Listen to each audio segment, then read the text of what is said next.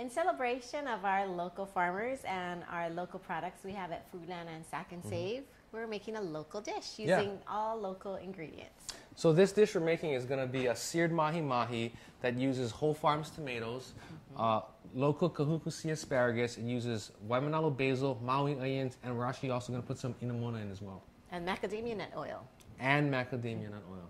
Let's get started. All right. The first thing we're going to do is prep the mahi. And so I have a really nice fillet here. And what I wanted to show you is sort of how we do it in restaurants. Now, right here is where there's some bone, and then there's a bloodline that runs down here. And lots of times you'll see pieces that are just cut sort of right across here. But what I'm going to do here is I'm going to take my knife and I'm going to run it down the bloodline. Just separating these two pieces here. That's one. And two here. And this centerpiece here, I'm not going to use, okay? Because this can tend to be sort of fishy. And as you can see here, now if I really wanted to go the distance, I could even trim this little piece of this dark flesh out here, because that's what has a stronger fish flavor. But I think it's okay to use, and so we'll just start with that. I'm going to put this on the side here, and I'm going to use this piece here. Now, a couple different ways that you can prep this is you could just go ahead and you could cut sort of pieces like this. But what I want to do is I want to cut some pieces that are going to cook sort of faster. And so I'm going to cut on a bias, all right? Okay. And what I mean is I'm going to start here. This is my first trim piece here, okay? And now I'm going to come here and I'm going to cut at an angle here.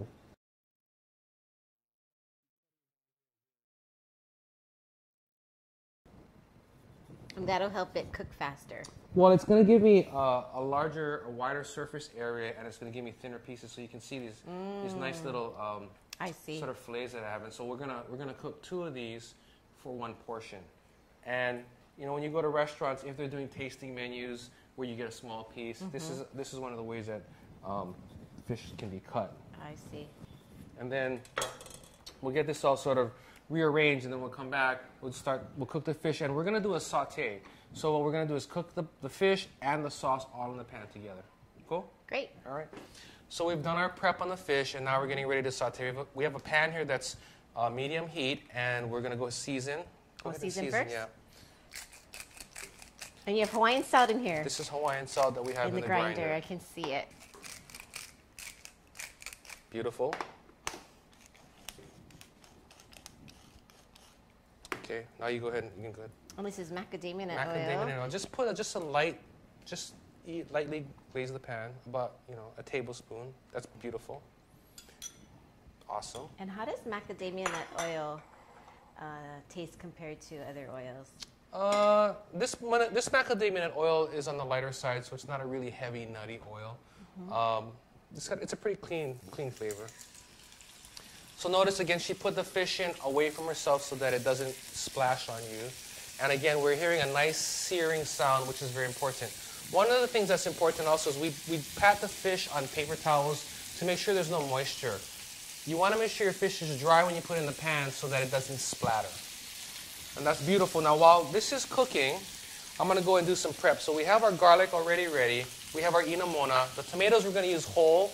We're going to use these whole, but I need to cut some onions. And this is the only thing that's not local, besides the pepper. Right. So if you want to go local all the way, I would use Hawaiian chili peppers. And and no garlic. Just okay. Omit that. Go ahead and turn your heat up just a little bit. It's cooling down. That's perfect. So now this is the Maui onion that we're going to be using. And I don't need all of it, so I'm just going to use a little piece of it. And Maui onion is a great onion. You know, it's considered one of the mildest, sweetest onions that's out there, and that's what makes it so special. This is something that tastes great, raw, as opposed to some of the other onions that have a strong sulfur and just make you cry, right? So that's one of the reasons why Maui onion is one of the more special onions. So now this is a nice little piece here. I'm just going to finely slice it.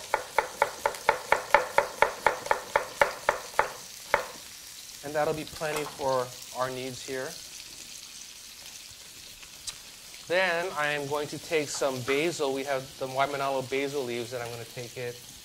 And then I'm going to just do a really quick julienne on this. So you take the leaves after you pick them.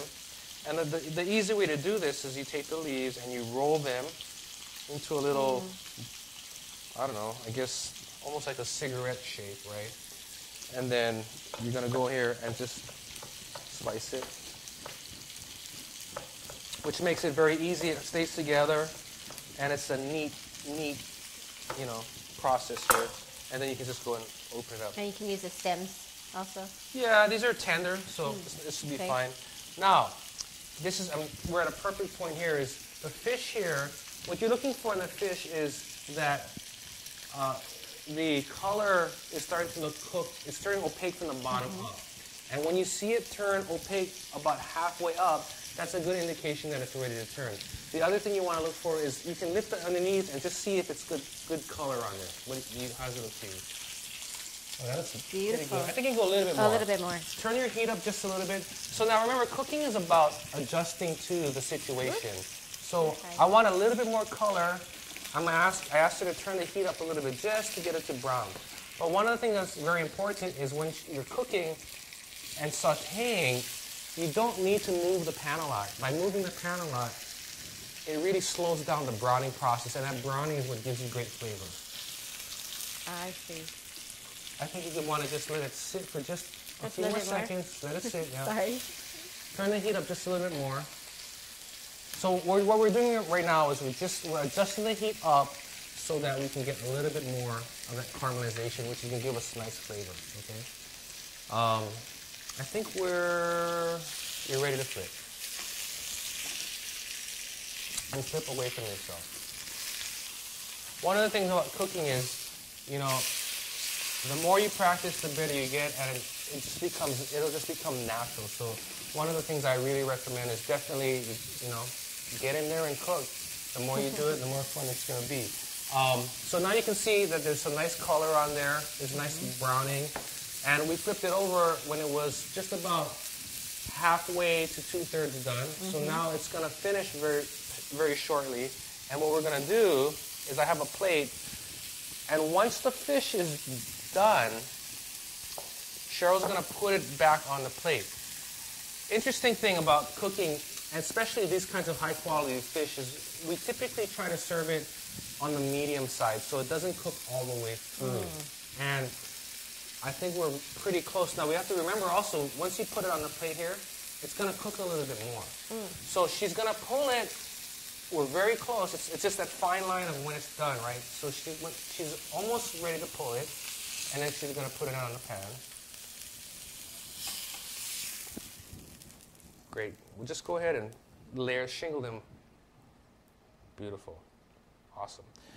Okay, that's great. So now what we're going to do is we're going to make the sauce in the pan, and a classic sauté is made with the sauce in the pan, and it preserves all of the flavor that's in the pan to make sure that it comes out. Go ahead and put a small handful of the tomatoes in there carefully. What we're going to do is we're warming the tomatoes, and they're going to lightly blister the skin and warm through, and it's going to give us the base for this dish. Sort of the inspiration for this dish is would be sort of the caprese salad maybe, or a pesto. So we're starting with tomatoes. We're going to let them kind of warm through. Okay, so these are starting to warm through. I'm going to throw the onions in here. And I'm also going to throw the garlic in now. Go ahead and just lightly move it around in the pan. Okay, that's good. Now at this point, what we're going to do is we're just going to that's perfect. We're going to let the onions flavor and sweat and cook down, and we're going to let the garlic cook down as well. This sauce is a kind of a quick alfresco sauce, and so it's not meant to be completely cooked all the way till everything's sort of really, really soft. Let me see here real quick. So we're just going to move it around a little bit. I think it's looking good. I'm going to add a little more salt. So what are you looking for in the tomatoes, that they're kind of... You see how they've cracked? They're a little bit brown, and some of the skins have popped open. That's what we're looking for. That means that they're ready to go. And you see now the onions... A little translucent. They're translucent, and they're becoming limp, right? Okay, so that's what we're looking for. I'm now going to throw the... Inamona. Put that in there. And Inamona is? It's ground kukui nuts. A kukui nut is a candle nut. So it's one of the nuts that the Hawaiians use a lot to... Well, they flavor their food with it, but they also use it. It's a very high-fat, high-oil nut, and they used to put them on skewers and use them as candles. They would burn them as candles, and that's sort of how I got the name. Go ahead and move it around. That smells really good. And then I'm going to throw some of this basil in here. And really, that's the dish here. So we're good to go. Let me see. Go ahead and turn that fire off. Let me slide in here. So basically, it's sort of pesto, but not. It's got basil. Instead of pine nuts, we're using the kukui nuts. It's got the garlic in there. I don't have olive oil, but we're using the macadamia nut oil. So it's time to go ahead and plate. And what I'm going to do is just let the tomatoes just cascade on top of the fish with the onions and everything.